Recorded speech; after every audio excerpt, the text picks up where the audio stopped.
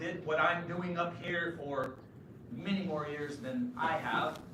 And he talks to a lot of pool techs. Many times he actually volunteered himself to work for pool service companies for no pay, just so he could get out, get in the backyard, talk to people and see what their challenges were. And so these are kind of the three main challenges that have developed over the years. I've been doing this now for, I hate to say this number, but I've been in this industry for 40 years. Okay? And I know that sounds like a long time, and I know you might think I'm really old, but I just need to tell you I started when I was 2. So, but in all my conversations, in all the troubleshooting, when I talked to pool techs and so forth, and I was a pool tech for 10 years, these were the main things that we dealt with. And probably the number one thing I think we deal with has to do with balance of the water. That's what I call the secret of life, by the way, too. It's the secret of water chemistry, is balance. We all know that. We all know that we have to keep our pools at a certain balance, or things don't go so well. And it's a challenge sometimes. And again, I would say for me and all of the people I've talked to, and I've been doing this 40 years, cleaning pools, working at a retail store, working for chemical manufacturers, doing product development, and then doing what I'm doing now, which is technical training. So I've talked to a hell of a lot of people. And this seems to be the number one thing that comes up. And that has to do with balancing the water, understanding what changes the conditions, or why the conditions change when they do. So, I'm sure nobody here has had any of those challenges. Second one is cyanuric acid, CYA, conditioner, stabilizer, if you want to call it that. Okay? And understanding how that works, how that affects the pool chemistry overall, how does that affect disinfection, and so forth. And this has been a long-running controversy, cyanuric acid. I can tell you, like I said, I've been in this industry 40 years. I started out doing swimming pools. And I can remember I was only about a year into doing swimming pools, and I went to an event kind of like this. It was at a distributor's location, however, and they served beer before the event. Yeah. In kegers. I thought I was at a high school party. So everybody was having a good time drinking beer before the class started. Okay, and then they all came into class. They sat down. Okay? And the instructor got up. He was going to teach water chemistry. Right? That goes good. Beer and water chemistry. And the first thing he said to this beer-loaded crowd that was in there of pool service techs, he says, I want you to know something. I want you to know that there is no such thing as chlorine lock from CYA. Oh, boy. Those were the last words that left his mouth because a riot broke out. Literally. People were throwing chairs at each other. And I got out of there fast. But that is a big one, CYA. And so even today, there's still controversy. There's so many things people are saying about that. So we'll delve into that. The last one that I really like to press on has to do with understanding free chlorine. And understanding and knowing what's the amount of free chlorine that I need to maintain in my pools so that, first of all, I know it's safe. I know my customers are going to be happy. The water's going to stay clear. I'm not going to have the dreaded, what's the word we hate to hear? Algae. Okay, I think algae is the worst one. Yeah. All the other things, but What's the thing you freak out most about? It's algae, because that's visible, right? And that could be an indication to your customer, like, the hell's this guy doing, or this gal, or, you know, supposed to be taking care of my pool. There's plants growing inside of it. That's not a good deal, right? All right, so those of you who are awake and didn't party too hard last night, or if you did, you drank a lot of coffee before you got here, this slide will kind of, if you look at this slide, you might be able to answer this question. But I always ask when I begin this by asking this question: what is the most vital chemical that you have in your pools? Somebody shout it out. Chlorine. Okay. He said chlorine. pH. That's not a chemical, but good answer. Okay. Anyone else? Somebody said it over here, I think. Organic acid. What'd you say? Somebody. I heard somebody. Hydrogen. Water. Okay? I asked that question. I didn't say what's the most important or what's the chemical. I said what's the most vital chemical that's in your pool. You all have water in your pools you take care of? Yep. Okay. And do you know that water is a chemical? It is. It's called H2O. That's a chemical symbol. Okay? And it's a molecule. And the reason I want you to understand about water being a chemical, and I talked about this yesterday, we were teaching on, how many of you, were any of you in on the chemical safety seminar yesterday? Yeah. Okay, well you might remember in that class, I used the word reactive. You might remember that. Okay? And the reason I want you to understand water as a chemical is because water is one of the most reactive elements on Earth. Because it will react with, it will dissolve things. We call water the universal solvent. It's the universal solvent because it can dissolve just about anything that it comes in contact with, from solid rock, cement, to salt. Okay? About the only thing water can't dissolve is oils and greases. So that's why, to make Harold happy, you might use an enzyme in your pool, and hopefully use his. So,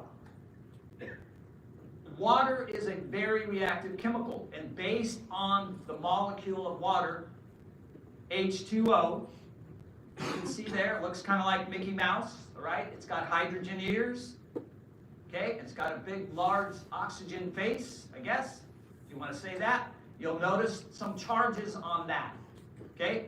Electromagnetism, which works in the world, okay? Opposites attract, all that kind of thing. So the hydrogens are positively charged, the oxygen has a negative charge. And that very makeup of that water basically is what gives it the ability to react with anything it comes in contact with. So, before I move on, two characteristics, two titles to water that I want you to know. And you're going to learn two scientific words, and I told you I'm not a scientist, so it took me 40 years to learn this, but you're going to get it right now. Okay? And when you leave this room, you can go out and impress your friends. All right? So, the first thing is, it's a word that of what water is in itself. Water is, here's a fancy word. Don't ask me to spell it, but I'll say it. Water is amphoteric. Might be able to spell it. A-M-P-H-O-T-E-R-I-C. It's amphoteric. Okay? That's a cool sounding word. What the hell does it mean? Basically, what it means that water is amphoteric is that water itself, water in and of itself, has the ability and wants to balance itself. And it will. And it will in your pools, whether you do something to it or not. That's why you have a job, because water's always working against you. Leonardo da Vinci, who did a lot of study on water, he once said this. He said, water must be coaxed. Meaning, like, if you want it to do a certain thing, if you want it to behave a certain way, you got to help it along. That's your job, okay? Now, the pH of pure water, so absolutely pure H2O, nothing else, no chemicals, no minerals, pure H2O. What do you think the pH of pure H2O is? Anybody? Guess? 4? Okay. What? 7. 0 was a good guess, but that's wrong. 7. And when we get into talking about pH, you'll see that on the scientific pH scale, what is neutral? 7. 7 is neutral. Okay? And so you might say, well, that's kind of weird. How can absolutely pure water have a neutral pH? Well, it's because that pure water, with nothing else to interfere with it, actually the molecule itself, it splits those molecules out so that it creates half bases and half acids in equilibrium. The water does it. It does this. pH of 7. Okay? Now, you get into treating that water, you start adding minerals, chemicals, different things like that to try and control that. But the water is still fighting against you.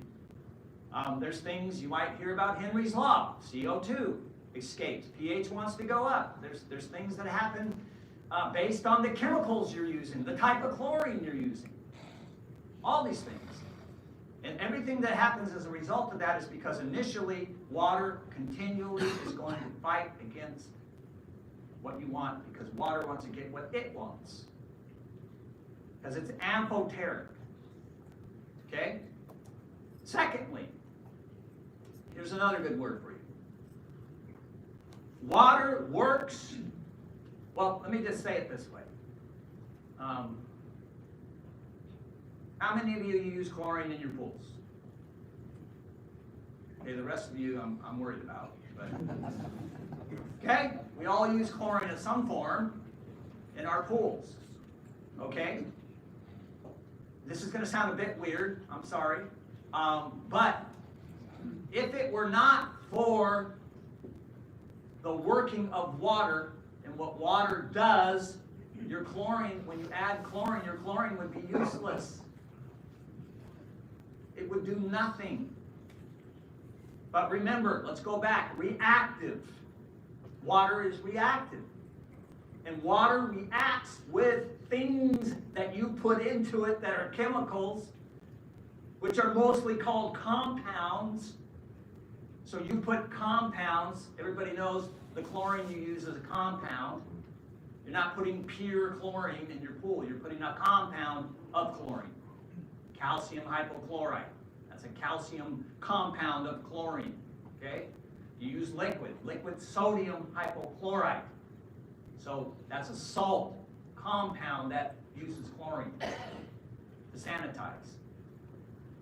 Okay? Well, water does something, and here's the next fancy word. It's called hydrolysis.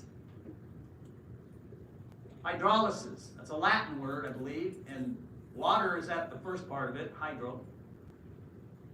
And that other half of it basically means to cut. Cut down. So that means that when your chlorine comes in contact with water, okay, and whatever that chlorine is, if it's sodium hypochlorite, okay, that's NaClO3, that's a molecule of combined things, right? And as soon as that enters the water begins to disperse, and it begins to, in a sense, chop up that molecule. And it creates other things based on that.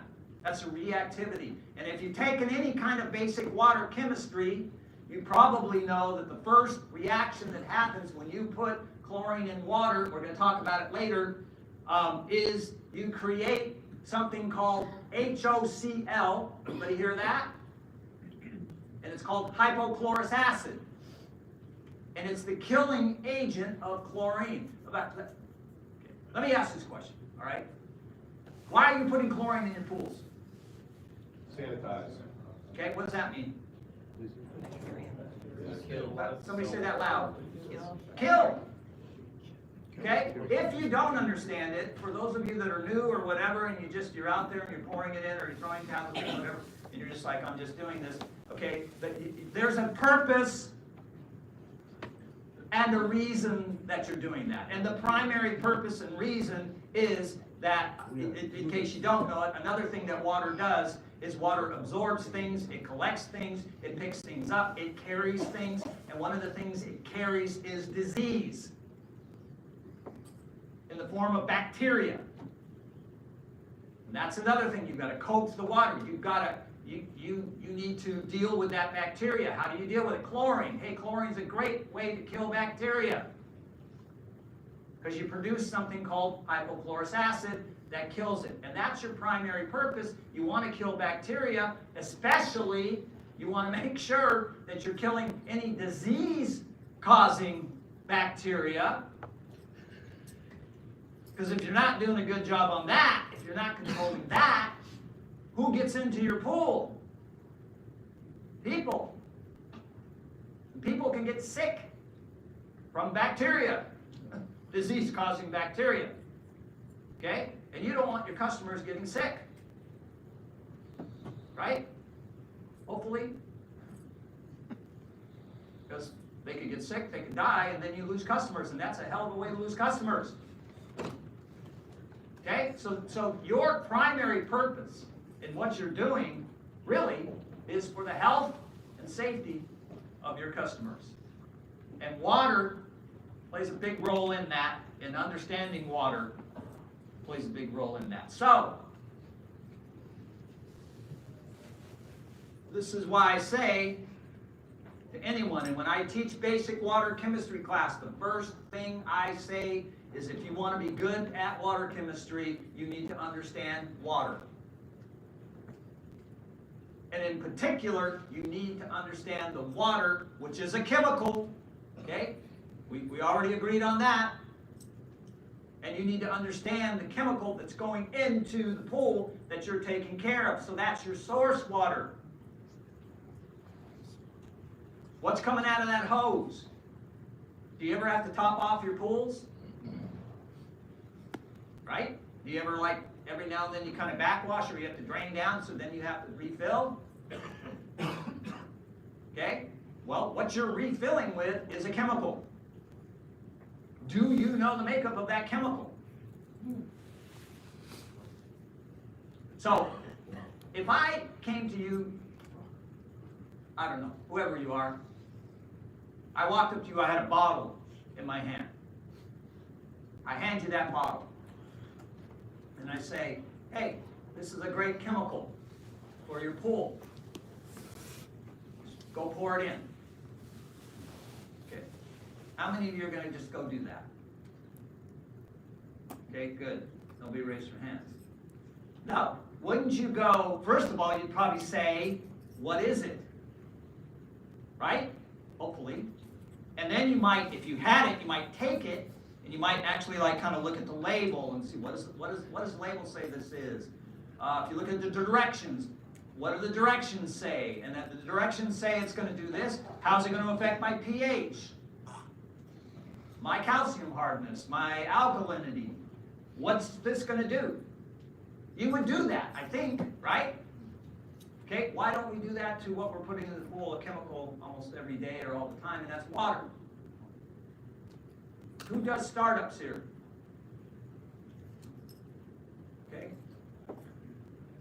So, I don't know if you do this or not, but before that hose even goes into the pool, you should go to that house and test the source water. So that you know, as soon as that hose turns on, you know exactly what chemical, and it's a chemical, and it's going to have effects on that pool, and that brand new pool, and that brand new plaster, as I'm sure a lot of you know, especially calcium, right? That's kind of the first thing we deal with. But you need to understand your source water coming out of your tap. You need to know calcium hardness. You need to know what's the pH, what's the alkalinity. Chlorine. Do a chlorine test of your water coming out of the hose. Oh, why should I do that? Well, do you know how they disinfect drinking water? There's chlorine in your source water. I've seen it 4 ppm coming out of the tap. Okay, and here's another thing. A lot of times, and we'll get into this in a bit, but they use chloramines, combined chlorine, to disinfect. It's chemically created chloramines that they use. You should know that, because that can have an effect on how you add your chlorine and what you do. So, test the source water. The other thing is water in nature, source water, water coming from wells. Anybody have to know that you have water that's on wells? Comes from wells. Okay? Another thing water can do in nature and from wells and out there in the environment is it can carry metals. And it can carry those metals in solution. But when you take that water and it's carrying metals and so forth, and now you put that into a pool in containment, and you start messing with the balance, and then you throw an oxidizer like chlorine in there, and all of a sudden, that metal that's in solution begins to come out of solution as a solid, and it stains your surfaces. Turns your water a different color. I'm sure nobody's had that experience here. You well water people, talk to me. You ever had that experience where water starts turning brown or a weird color? And you could have iron, you could have manganese. So that's another big problem with source water, and that's another test you do of source water before that goes in your pool. You test for metals. You can do a copper test. You can do an iron test. You can test for manganese. Just about any metal you can test for. The only thing you can't test for is you cannot test for something, and you techs who have wells, you can't test for something called iron bacteria. And you can get that in wells. It can exist in wells. Basically what that is, it's a bacteria that does something called fixation, meaning it fixates on the iron. So it's kind of like the bacteria absorbs the iron, right? So now the iron is in the bacteria. And so when you do an iron test, that iron that's in the bacteria doesn't show up. It's 0. Everything looks good because it's in the bacteria. All right? So then you fill your pool. Get everything going, balancing, and all that. And then you get to the point where you add your chlorine. And what does chlorine do to bacteria? Kills it. All right? So you kill that bacteria. And once that bacteria is dead, guess what's left? Iron. And that's the scenario where, and I've dealt with a lot of builders and so forth, wells, where they build a brand new pool, plaster it, diamond bright, whatever, nice cementitious surface, test for iron, no iron, fill it up, they turn it over to the startup, the startup company, they come out, they start doing their stuff, they throw chlorine in, nice crystal clear pool, bright white plaster, beautiful, everything looks good, the family can't wait to swim, throw the chlorine in there, and as soon as they throw the chlorine in the pool, the water looks like root beer. 20,000 gallons of root beer. Yeah, it'll happen.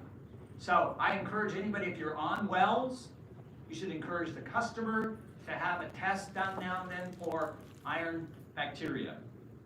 Okay, so Copper problems overall. Let's just talk about copper for a little bit. That seems to be the number one problem. Iron as well, but copper more so because of just various ways that copper can get introduced into the water. Probably, again, as I said, source water is a big one. Okay, but there's other things. There's algicides. Okay, there's copper algicides. Anybody use them? Okay, those are designed. Okay, they're designed, and the chemical is set up and created so that when those pools are kept, when you maintain those pools, when you coax your water to make sure everything's in balance, no problem. Okay, but if your pH in that pool that you're using a copper algicide in happens to drift above 8, all of a sudden you're going to start seeing green water. And eventually, if it stays that way long enough, you're going to see stains as well. So, copper algicides are good, but you need to maintain your chemistry, maintain your LSI, maintain the water balance properly. When that gets out of whack, then you're going to see that come out of solution. So that's one way. Low pH is another. So let's go the other way.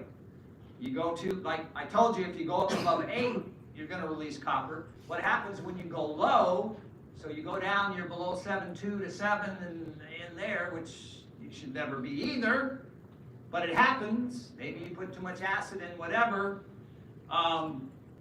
Then what you're going to do is you're going to create something called copper sulfate. And that usually is a result also of, if you have an over-acid pool, you have corrosion. And it means that you're stripping copper from somewhere in the system. There's either copper pipes, there's a heater that has a heat exchanger, maybe the railing, light rings, all those things. So the one I want to focus on here before I go on to the next slide is this one down here where it says trichlor tabs in the skimmer. Who here thinks it's a good idea, since the skimmer's already there and it's kind of like this built-in floater, right, to put our trichlor tablets in that skimmer? Okay, if you do think that's a good idea, listen to this. Who knows what the pH of a trichlor tablet is? Anybody? Good, that was a good answer, 3.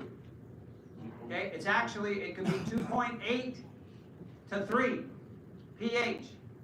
Okay, do we all agree that's pretty damn low? That's an acid. That's a pretty aggressive acid. Okay, so when you put, and by the way, trichlor tablets, they call trichlor tablets erosion tablets. That means that if they are in contact with water, they are breaking down. They're eroding to feed the chemical into the water. Doesn't matter whether the water's moving or not. If those tablets are in contact with water, they're breaking down. Okay? They're putting chemical in. And they have a pH 2.83. You put those in a skimmer that has like 5 to 7 gallons of water, I think, something like that. Okay? And now let's say if you're on a system where your pump shuts off at night, a certain time, whatever, those tablets are still sitting in there, they're eroding, and as they erode, they're lowering the pH in that 5 to 7 gallons of water. And then now the system comes on, and the first thing that's going to go through your pump, your filter, and your heater is going to be acidic water, which could be very close to a pH of 3. Or at least it's going to probably be below 6. Okay? So there's things we have that we can use to help. Again, this is coaxing our water. This is dealing with metals. ensuring that the metals aren't going to stain our pools.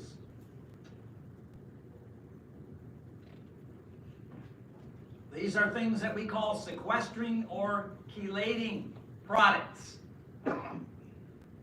They are designed, so I have that illustration up there of, you can see the crabs, the different colored crabs that are up there. And they're using their claws to grab those metal ions. Okay? And that's a good illustration.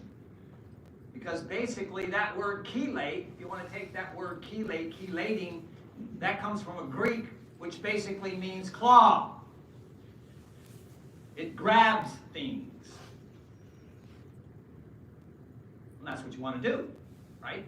You want to grab those ions, those metals, and then you're holding on to them. Has anyone in here ever tried to, like, you go to the beach with your kids or something, and there's crabs there, and you're going to kind of show off or whatever, and you're going to grab this crab or whatever, and it reaches around backwards and gets a hold of your finger? Anybody have that experience? Okay. I know of someone who had that experience. My finger still hurts from that. But they don't let go, do they? It's like, and it hurts like hell, and they aren't letting go. So that's it. That's what a chelator and a sequestrant agent are doing. They're holding on to those metal ions, and there's products you can get. You can buy metal sequestrants, metal chelating products. Most of them are liquids. And if you're in a situation, well water, areas of metal, those are something you probably are going to have to use on a maintenance, from a maintenance standpoint. Now, there's some things you can do to prevent the metals getting into the water in the first place, and they have these products. They're filters, pre-filters, okay? And you can hook them up to your hose, and you can get them for, you know, I think they go sized to where, you know, 10,000 gallons, they'll treat 10,000 gallons, and then 5,000 gallons, or however many of what you're filling, you can figure out how many gallons, and then that's what it'll treat. But there's these various filters. There's also now, you probably know, and I'm not, you know, trying to promote anybody's product necessarily, but I am telling you, letting you know, there are things you can put in to remove the metals from a point of entry sort of thing in the skimmer as well. All right, so now we get into water balance. And this is where we, I'm not, in this class, I'm not going to get deep into LSI. I'll leave that to another class or podcast, or you can get tons of information on it. But I do want to point out the importance of it. And again, everything here that I'm going to talk about has to do with balance. And if you follow this system, and you get this system to work for you, LSI is never going to be a problem. But these are the things we're going to look at in relation to LSI and balance. All right, so before I get to that, we all know, hopefully everybody knows, we have standards in this industry. This has to do with water balance, so stick with me. There's standards for water balance in our industry. They primarily come from PHTA. They set standards, and that's a good thing. And the standards are good. Okay? However, there is a bit of a challenge, and this is the other challenge we find in talking to pool techs all over, is there's a bit of confusion even over the standards. So you can look here and you can see, let's take for an example, you've got a minimum, you've got an ideal, and you have a maximum. These are the standards. Okay? So, you might ask yourself, well, which is the best? I mean, ideal, I guess, I could say ideal. Okay, so let's say I think ideal is probably the best where I should keep it, right? Okay, well look at pH. It goes, the ideal goes from 7.4 to 7.6. So you could say, well, what's better? 7.4 or 7.6? Or maybe 7.5? What should I do there? There's a little bit of room for interpretation, right? And then if you go and you look at some of the others like alkalinity, look at alkalinity. It's like 80 to 100 depending on what type of sanitizer you're using. Or 100 to 120.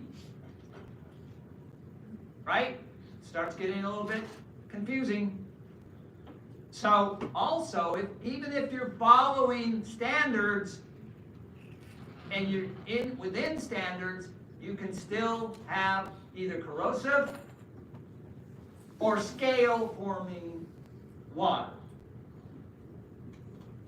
Okay? It's a bit confusing. So, here's my example. You could keep your water chemistry all within the minimum standards of PHTA. Okay? In other words, you're following standards. A lot of times when I talk to people, they come up to me and they say, they have corrosion going on or something, and I ask them about their water chemistry, and they always say this. They'll go, my water chemistry is good. Okay. And I go, why do you say it's good? And they go, well, I'm within the standards, or the manufacturer had this printed in their, and I'm right there at the minimum. Well, you can see here, if everything's at the minimum, you can still have corrosion. Go the other way. You have everything, so let's just say you're going to say, well, I'll just do everything at the maximum within standards, and that way, more is better. I've got everything covered. Okay, you go all the way to the maximums, you'll form scale. And also, by the way, your Langley saturation index will be scale forming on the scale side. Okay? A little confusing. So even the ideal, even at the minimum, if you kept everything at the minimum ideal of standards, your LSI would still be off. Okay? It'd be on the corrosive side. Slightly, but still off. Okay? So, for my purpose here today, what I mainly want to bring out, this class ends when? When is this class supposed to end? 10:30. Okay, thank you. Is basically what I'm going to show you in these next slides. Again, I want to reiterate, this is operational pools at swimmable temperatures, okay? So 75, 80, 85 degrees, okay? Not a pool that's 60.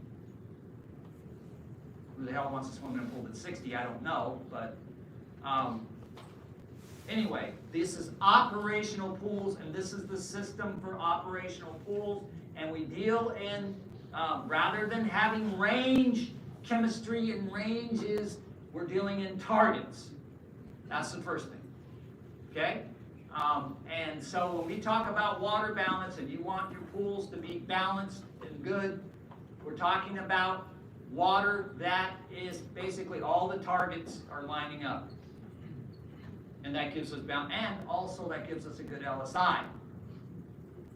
All right, so what we suggest, this is a suggestion, okay, which by the way, I don't know if you know it or not, but do you know that the PHTA standards are just suggestions? Okay, they're not the law. Okay, so it's not like if you don't do it, somebody's not going to, the PHTA police aren't going to come and arrest you.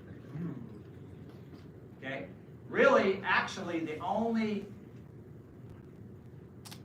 the only organization you need to be concerned about, and this is on the public side more so, is your local health authority. What do they say? And whatever they say, that's what you follow. Now, most of the time, most health authorities, they're in agreement with these numbers. Okay? So again, I want to point out, these are our suggestions. And so when I say suggestions, I mean this is like a best practice. Okay? But nobody's going to arrest you if you don't do it. Or do it. Whatever. Okay, so targets. These are suggested targets. A pH of 7.5. Total alkalinity of 90. TDS, total dissolved solids. Hopefully you guys know what that is. If you don't, we'll talk about it in a little bit. But total dissolved solids. We don't really have a target for that, but we recommend, and this is why you need to know your source water. We recommend that the total dissolved solids in your pool never get above 1,500 parts per million over what your source water is. So that's another thing you test when you're testing your source water. You test total dissolved solids. We'll do questions later, okay? Hang on to it, write it down at the end. We'll have lots of time. Okay, plaster. Calcium hardness, your hardness level. 350 parts per million for any cementitious plaster, diamond bright type pool. If it's vinyl, fiberglass, you can go 250 as your target. Cyanuric acid, stabilizer, conditioner, okay? The source of barroom brawls. 50, target of 50. Okay, note that that's not 300 or 200, it's 50. Okay? All right, so I'm going to go through some of the water balance kind of quick, probably this is basic stuff. And then I'll do some other things, and hopefully we'll have some question time as well. So you're measuring, when you're measuring pH, you're basically, what you're doing is you're measuring the acidity of the water, or basically if it's balanced or if it's on the alkaline side. Another word for alkaline would be base. Okay, so if you see on some of these slides it says base, that's the same thing as alkaline. Okay, high pH material. What do you use to raise the pH in your pools? Okay, soda ash. Okay, soda ash is a base. Okay, just so you understand that. All right, so acids lower the pH, and bases raise the pH. Another thing to understand about pH is any adjustment that you make in pH, and this is all part of basic water chemistry as well. In basic water chemistry, we teach anytime you are going to make an adjustment to the pH, you must do it gradually. That's another one I deal with all the time, where somebody did some acid demand test or something, and it said they needed to add 3 gallons of acid or some ridiculous thing like that. So they just went 3 gallons straight in the pool, and their pH tanked immediately. So then they're like, oh crap, and so they went and got like 10 pounds of soda ash. Okay, you can imagine where that scenario led to. But it kind of looked like a yo-yo. So, we need to understand the pH scale, and that it is logarithmic. And any movement you make on the pH up or down, regardless of what it is a large leap. So when you're playing with adjusting with acids or bases, and you know, if you do a demand test and it says this much, you want to use that gradually. Split it into thirds, split it into fourths, add a little, wait a little, test, add more, okay? But you never want to bomb it with any kind of adjustment. And it's basically because you can see here, any move up and down, pH is by a factor of 10, okay? It's exponential, so it's a multiplier of 10, meaning that if you have a pH of 7, a pH of 8 is 10 times more alkaline. If you go down to a pH of 6, that pH of 6 is 10 times more acid than a pH of 7. But look what happens. If you go up to a pH of 9, now it's 10 times 10. So a pH of 9 is 100 times more base than your pH of 7. You go down to 5, that's 100 times more acid than at a pH of 7. Okay, and even when you're going 7.2 to 7.5, those are, do the math. Think, you know, those are steps. It's not like you're just going a little bit at a time. And so you're going to have a pretty good effect on the balance of the water by doing that. That's why you always add gradually, and also I use the word dilute, which people don't like to hear. But dilute your acid, dilute your soda ash, and add it. Okay, so I'll let you see the things that are going to happen. Obviously, low pH. You're going to dissolve things. Swimmers aren't going to be comfortable. You can ruin vinyl liners. Either way. And then if you look at high pH, I mean, you know you're going to get scale. That's going to cause copper to come out of solution, stain your pools. Cloudy water. The other thing is you're going to basically, your cyanuric acid's not going to work as well because you'll get chlorine disassociating from the protection of the cyanuric acid also. So 7.5 is a target. That's a target. Okay? So that means you aim for that. How many here play darts? Okay? Do archery. Okay? You're aiming for a target, right? Okay? Do you always hit it every time? No, but what's the goal? Or to get as close as you possibly, especially in darts.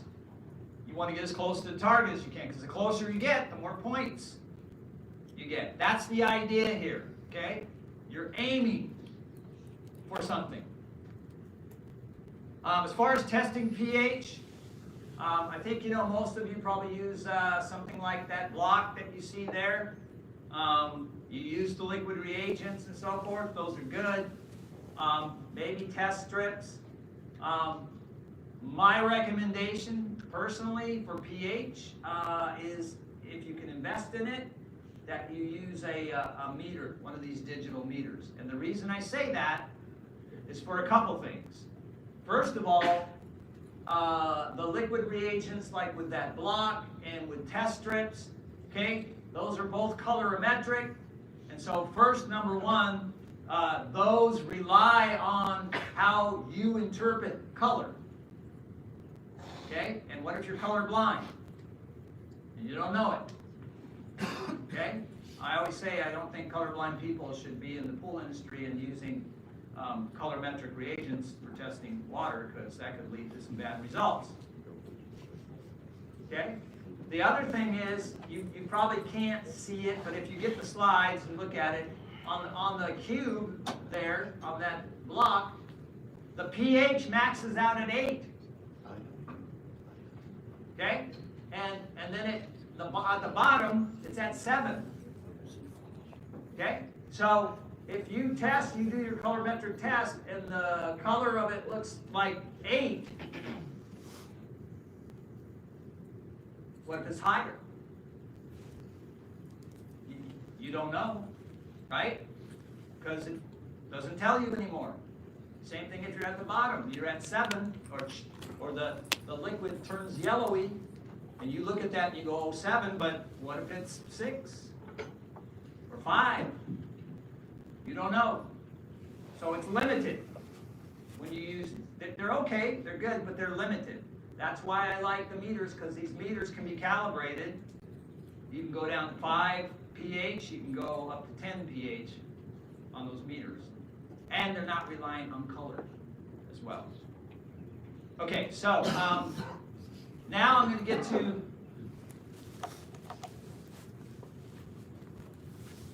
total alkalinity, which I'll talk about relationship. Okay? I defined pH first, but really, probably what I should do is I should define total alkalinity first, and the reason for that is that in the relationship of total alkalinity to pH, which confuses a lot of people, by the way, total alkalinity always leads the way. Okay, so I'm going to ask a couple questions here.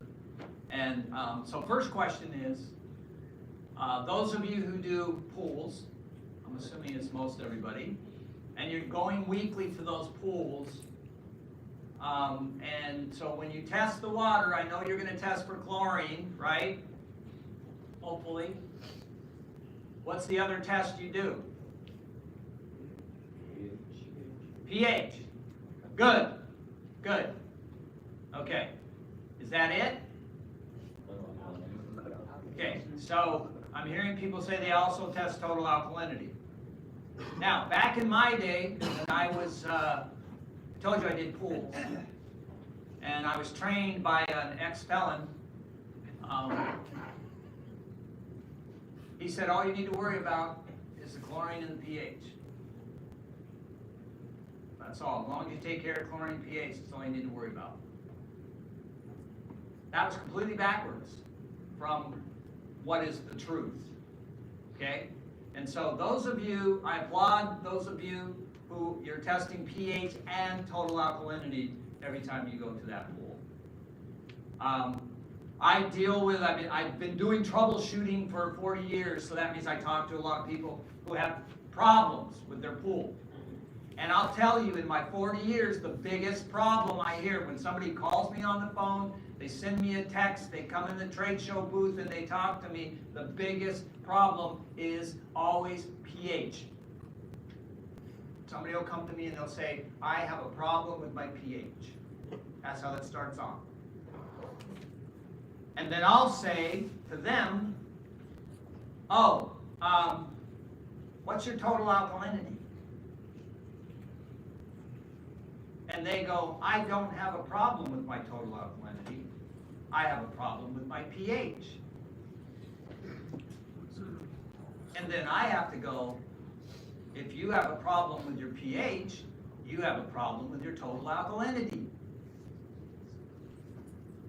Okay, so now, are you ready for this? This is your mantra. Everybody knows what a mantra is?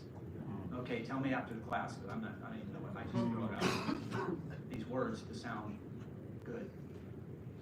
Okay, so this is your mantra. You ready for this? As the alkalinity goes, so goes the pH. Put that in your head. As the alkalinity goes, so goes the pH. So total alkalinity and pH are relational. They're not the same. Hopefully everybody knows that. They're not the same thing, regardless of what the guy at the distributor counter tells you. Okay, don't listen to him anymore.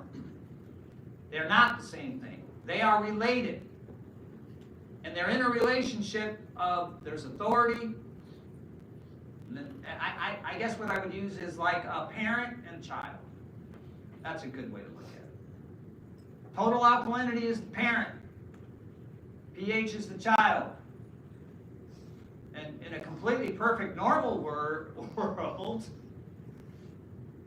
child does what the parent tells them. or the parent's job is to guide the child. Would you agree with that? Hopefully. Okay, so alkalinity is the parent, pH is the child. As the alkalinity goes, so goes the pH. The pH is always going to follow what the alkalinity does. Meaning, you raise the pH, or I'm sorry, you raise your alkalinity, your pH is going to start following. You lower your alkalinity, not going to take too long, pH is going to start following. And if you're maintaining your total alkalinity at high levels, you're going to have a higher pH. If you're maintaining your alkalinity at lower levels, you're going to have a lower pH. It's the way it goes. Okay?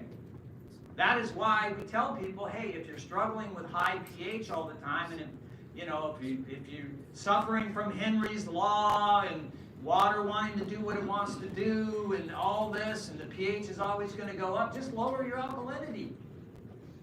You can lower your alkalinity, and that will slow down and cause that pH to go lower. Balance your water that way. It's about balance. Okay? And so these are a lot of things you can see up here, and if you get the slides, all these things that make up total alkalinity. And you can also see that there's cyanuric acid is there. If you put borates in the pool, borates become a part of your total alkalinity as well. And so when we get into, in a few minutes here, I'm going to get into a balanced system, which is called a buffer. It's called a buffering system. And if you get anything out of this morning, okay, at all, you should latch on to that buffering system. Because if you latch on to that buffering system that I'm going to present, and you put that into practice in your pools, you're going to have pools that are absolutely predictable as far as pH. They're going to be very sustainable. You're going to use less chemical. And you're not going to drive up to a pool and wonder, I wonder where my pH is going to be today. It will be pretty constant if you put that into practice. All right, calcium hardness. Basically, I'm not going to spend a lot of time on this because our time's getting away, but just to point out, that's probably the most important balance adjustment you can make is your calcium hardness. Okay? Because if we put water in the pool, as I said, water is amphoteric. Remember that fancy word? It's amphoteric. It's going to seek its own balance. Okay? And so if you have a brand new plastered pool and you put water in that pool, and that water has very low calcium hardness, and the water wants to be balanced, and also that water is aggressive, it wants mineral, and the primary mineral that it wants is calcium. And who knows what the ingredients of plaster are? That calcium's one of them. Okay? It's usually calcium hydroxide. And so you put water in there that's very low in calcium, we call that soft water, by the way. And up where I live in Seattle, we have very soft water because I test my water coming out of the tap, and that water has 0 calcium. 0. Okay, so if you took that Seattle water, you put it in a newly plastered pool, and the water is amphoteric, it wants to balance itself, and it's hungry for mineral, it loves calcium. Where's it going to get the calcium from? Yep, you come back a week later, and there's no plaster on the wall of the pool. And the water's white as milk. Because it had a feeding frenzy. The other side of that is hard water areas. So where you already have existing calcium, you might have calcium at 300 parts per million coming out of your tap. There's some places in Phoenix it's 1,000 parts per million. Okay, you've got to adjust for that as well. That's what balance is about. Let me go through this. Obviously, you know, to adjust calcium, if you have low calcium, you're going to get something called hardness increaser, calcium increaser. You can get this. You can add it. And what you're looking for, those of you that are starting up pools, some of you raise your hands. Who starts up pools? Do you know this, or maybe you know this? That's the first thing you're concerned about, right? Probably is you're going to, if you have low calcium, you're putting calcium in as that pool is starting up with an initial goal of at least 150 ppm minimum, and then you're going to go from there to increasing it. But your hope is that when that pool's filled, it's going to have a minimum of 150 parts per million of calcium, and then you'll go from there. All right, total dissolved solids. Again, very important. Part of the LSI. If you don't know what total dissolved solids are, basically that's anything and everything that's ever gone into that pool, water for the life of that pool. So it includes chemicals, it includes environmental things, it includes swimmer waste, everything. As I said, hydrolysis. Remember hydrolysis?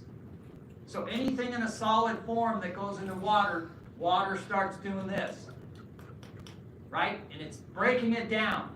It's cutting it down. But it's going to get, anything solid is going to get to a certain point, very, very, very small, and now the water can't cut it up anymore. It's like if you took a tablet or something and you had a knife and you're going to just keep cutting that tablet and cutting that tablet as much as you can, you're going to get to a point where you're still going to have some solid material, but you can't cut it anymore, right? It's powdery, it's dust, it's like, and that's it. You can't go any further. That's what GDS is. It takes all these solids, water breaks all these things down, but it can only go so far. Now you have very, very small solid matter in the water, and that the filter doesn't catch it. It's too small for the filter. And it builds up, it builds up, it builds up, it builds up. It just keeps going and going and going. I'll use my, and this has been way overused because everybody's grabbed onto it, so you might have heard it, but I'm going to use my iced tea analogy to describe to you what total dissolved solids in a pool are and what happens and what the result's going to be when it gets higher and higher and higher. And that is, if you take a glass of iced tea, okay, unsweetened iced tea. Well, you want it to be a little sweet, okay? So you put some sugar in it, stir it up. Everything's good. But then let's say you're from the South, okay? Texas. You want sweet tea. So you start putting more and more sugar in. And I'm sure we've seen this in our lifetime, or if we have kids or whatever, okay? What happens? After a while, you're putting sugar in, you're stirring, you're putting sugar in, you're stirring, and then what do you start to notice? Where's the sugar going now? Right. You start seeing something at the bottom of the glass, and it's a solid. It's the sugar. What happened? It was okay for a while. Well, what happened is that liquid in that glass got overwhelmed by the amount of solid. You oversaturated that amount of liquid, and now it can't dissolve, and so it's repelling. And you have solids dropping out as a solid. That's TDS in your pool. You can get to a point where your solids build up so high that now, instead of your water being the universal solvent and dissolving, it can't anymore. So that solid material begins to just fall out, or another word we use is precipitate as a solid out. Okay? If you're raising your hand back there for a question, I'm going to do a question time in about, hopefully, 10 minutes. Okay? All right. So that's TDS. Okay? Now, I'm going to go through this. Running out of time, and I want to have some questions, so I'll see how this goes. But I do want to get through this buffering. This is the one I would take notes. I would get the slides, and I'm just going to say in an operational, maintenance, residential situation, this is a really good system. It's a buffering of the pH. And first of all, just to define a buffer, when you're buffering something, you're preventing or you're inhibiting or you're slowing down a change in the pH by using a buffer. Okay, so a buffer is going to determine the speed, the change of your pH. So this is an eye chart here, okay? But basically the takeaway from this eye chart is, first of all, so remember my mantra, as the total alkalinity goes, so goes pH. Okay, primarily, listen to that word primarily, total alkalinity is a buffer to keep the pH from going down. Okay, it does slow it from rising, but it's more so to keep it from going down. Also, cyanuric acid, your cyanuric acid, once you get 50 and above, it contributes to total alkalinity. And along with total alkalinity, it is a buffer. And it also, too, is a buffer to keep the pH from going down. Okay, so this buffering system that I'm talking about is that you shoot for the targets. Okay, you target an alkalinity of 90 ppm. Okay, and cyanuric acid of 50, no more than 50. That's your target. Okay, so those are your buffers. They're going to work together primarily to keep the pH from going down. Okay? This is just showing another chart kind of showing that alkalinity, it can slow because as the alkalinity, so the pH goes, it can slow that rise, but it cannot completely stop pH from going up. And this is just showing you basically on this chart that where the alkalinity is, it begins to take more and more soda ash to get the pH to go up. So, we have CYA, our total alkalinity, CYA, they're going to work very well as a buffer to keep the pH from going down. But how are we going to prevent that pH from going up? And I'm sure a lot of you may have heard podcasts about Henry's Law and about how water wants to do what it wants and it's going to go towards a more higher pH or whatever, if you've heard that or not. But that aside,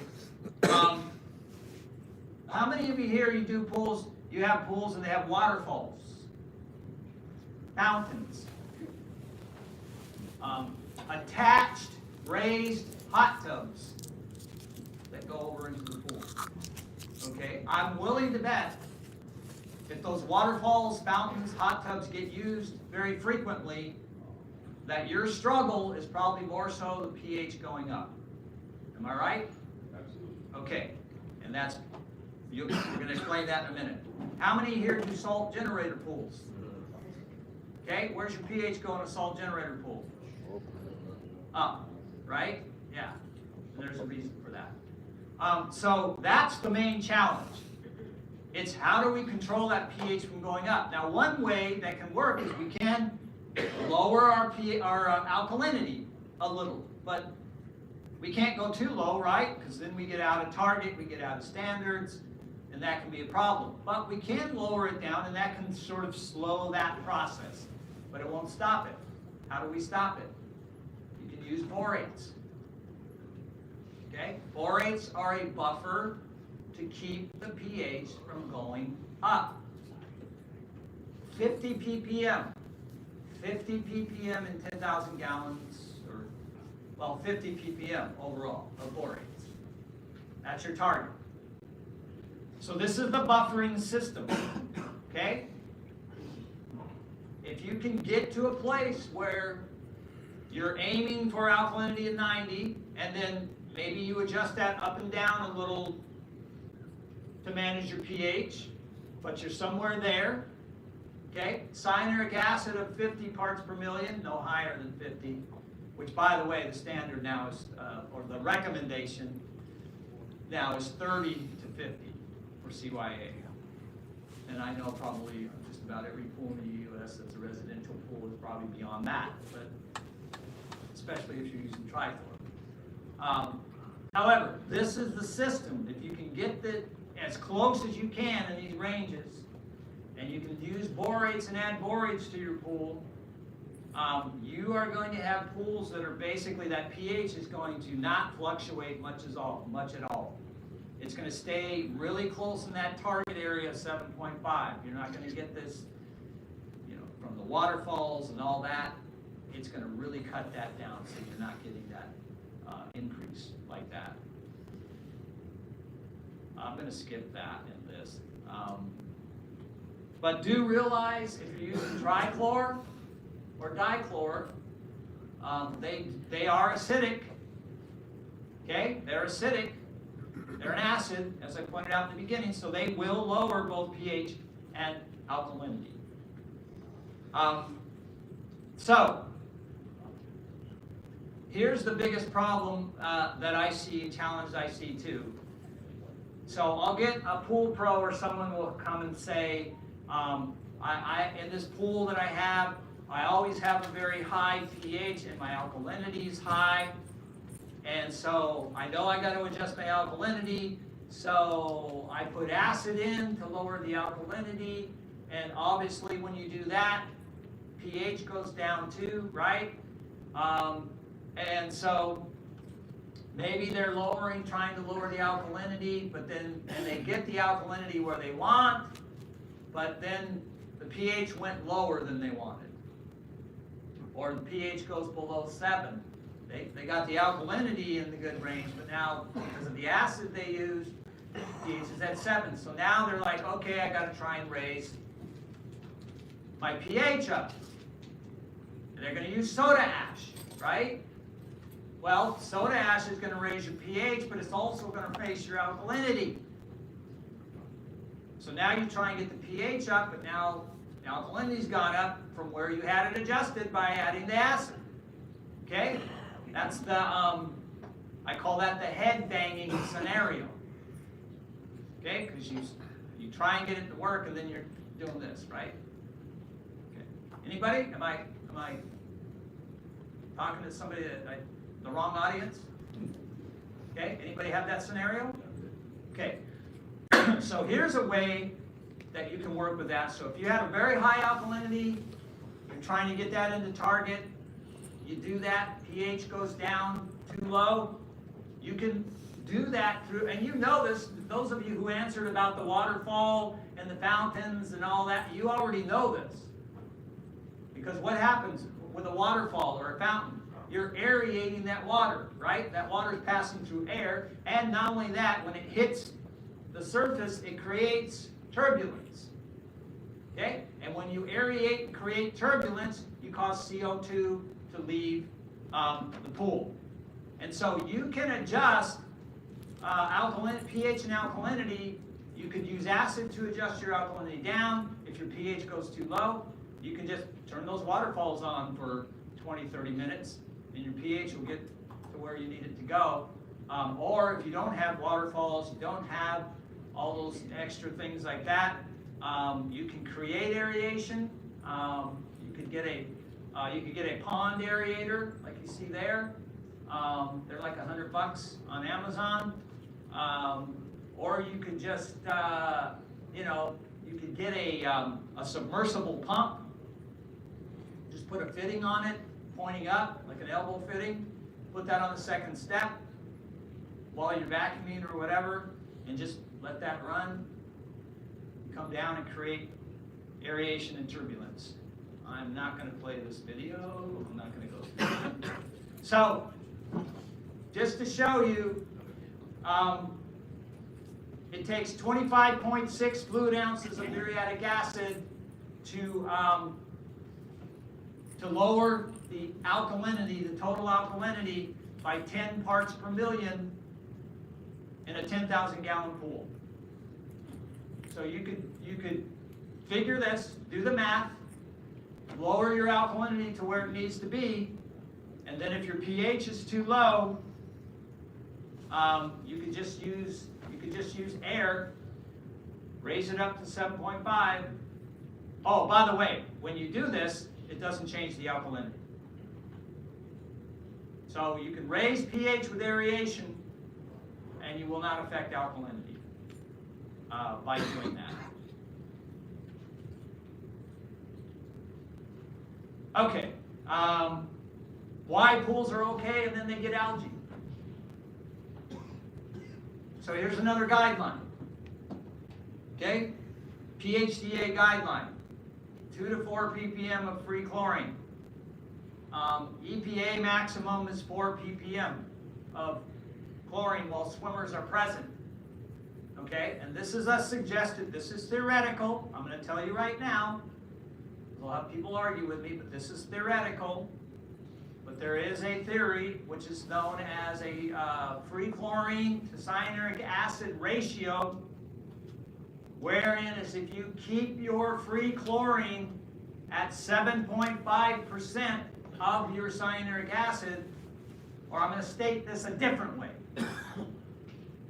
Wherever you're keeping your cyanuric acid level at, you're going to need to ensure that your free chlorine is 7.5% of that level. So what does that mean? Basically, that means, example here on the slide, if you have cyanuric acid at 30 ppm, you take 30 ppm times 7.5%, that's 2.25 ppm. So that means your free chlorine needs to be maintained at 2.25 ppm with 30 parts per million of cyanuric acid in order to ensure you're killing algae. Okay? It's theoretical again, I'm telling you, but a lot of people practice it and they see that it works. And so this is also why I made that comment about how I know that most pools are probably, especially if they're using trichlor, their cyanuric acid levels are probably 100, 200, or whatever. And this is why it's pretty notorious that in trichlor pools, and I know because I service pools and I use trichlor, and I know that at the end of every summer, even though I was keeping my free chlorine at 3 parts per million, I had algae in the pools. I didn't know why. Well, this is why.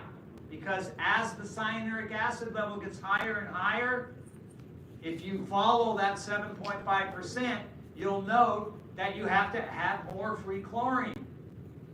So let's use that scenario of you've got a pool and it's on trichlor, it's 100 parts per million CYA. Well, if you go 100 times 7.5, that means you need to be, by the way, maintaining. So maintain means 24/7. The free chlorine level would need to be 7.5 parts per million. Okay, but you're like, well, hey, the standard's 2 to 4. And I'm keeping everything at 3 because 3 is in the middle, and I like it. And why am I getting algae? My cyanuric acid's 100. And now do you see why?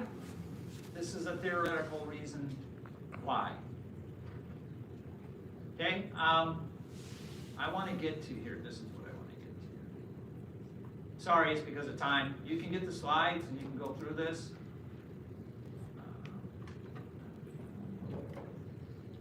I want to wrap up with, oh, no, maybe I went too far.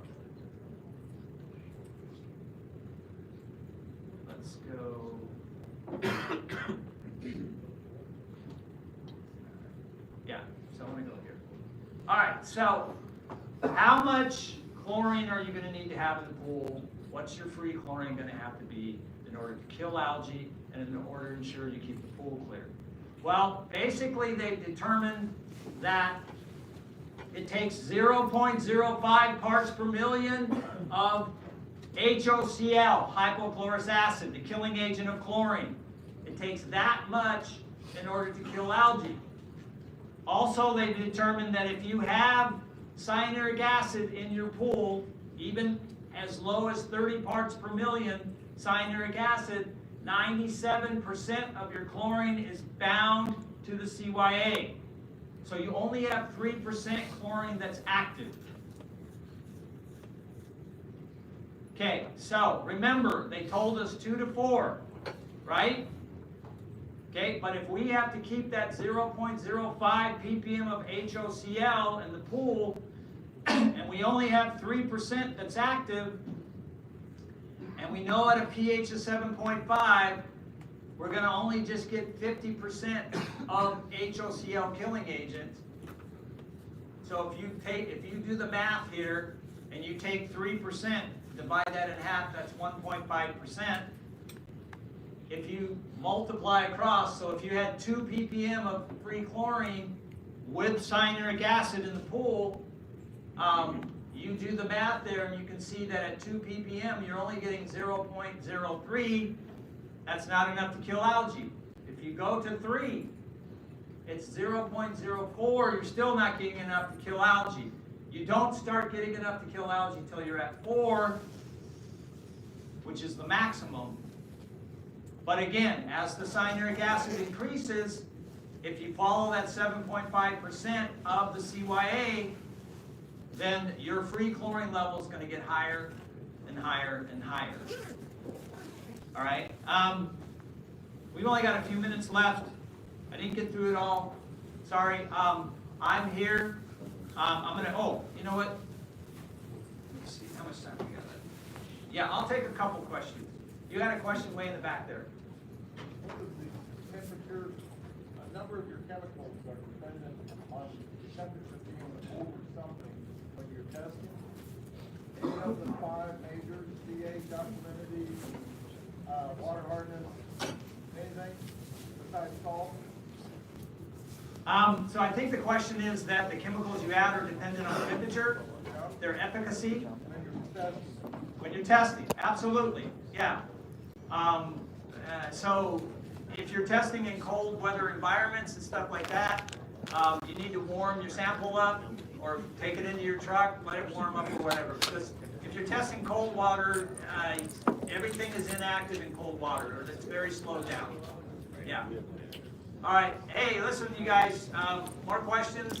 People are leaving, but go ahead. You said CYA keeps the pH from going down. Right. High CYA or CYA level in the pool like 100, and so always have a low pH. Okay, so you got to understand that cyanuric acid as a part of total alkalinity keeps the pH from going down. Okay. And actually, even though cyanuric, it's an acid, that's confusing, right? It's really the trichlor that's acidic overall, because it's when you blend the chlorine with the cyanuric acid in a solid form, that makes it an acid, that makes it lower pH. Once you disassociate that and cyanuric acid becomes part of alkalinity, it's no longer that very strong acid. It's just the blend of the cyanuric acid with the chlorine that makes it acidic.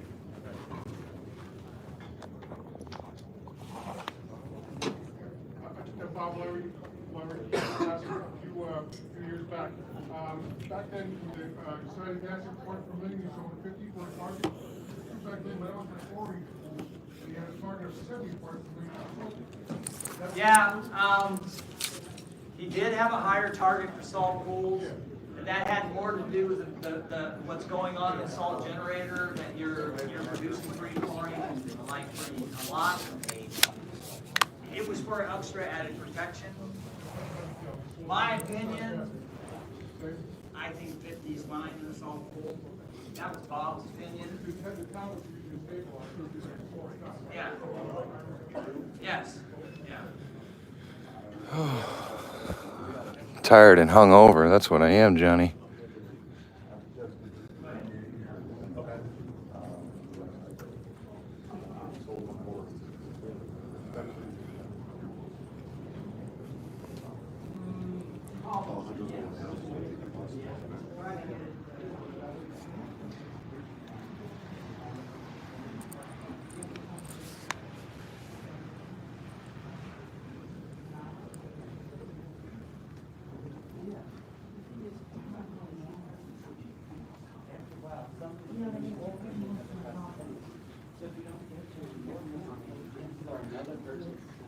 Yeah, thanks for joining in on that. It was pretty cool having you there, Johnny. Hey, there's my wife.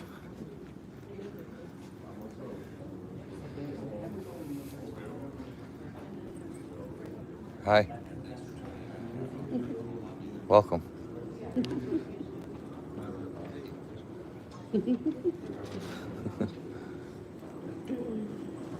Have you seen anybody here yet? It took me a minute to figure out what 302 was. I'm like, what was he saying 302? Like, oh, that's the breeze. Yeah. Room 302. So, Johnny and I have decided that I should take over on the hot tub, and he's going to help balance the water.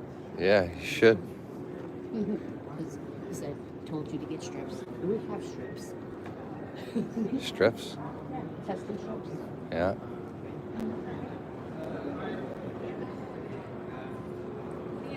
No way, Johnny. Johnny says, go ahead and say it. I'm a pain in the ass. No. To answer your question, Johnny, I don't think I learned a single thing. As the live stream started off and was, had like 30, 40 people watching. And then as my interest levels started decreasing, so did all the viewers. I was like, yeah, that's about it. I'm kind of all set here. Well, we can go down this one, or we can keep going straight. Yeah.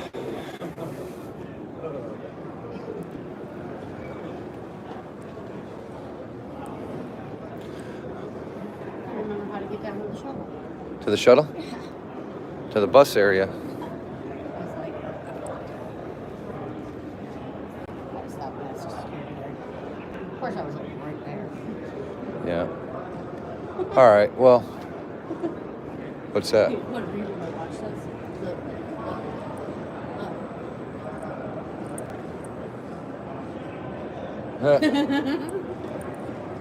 Looks like you're working out.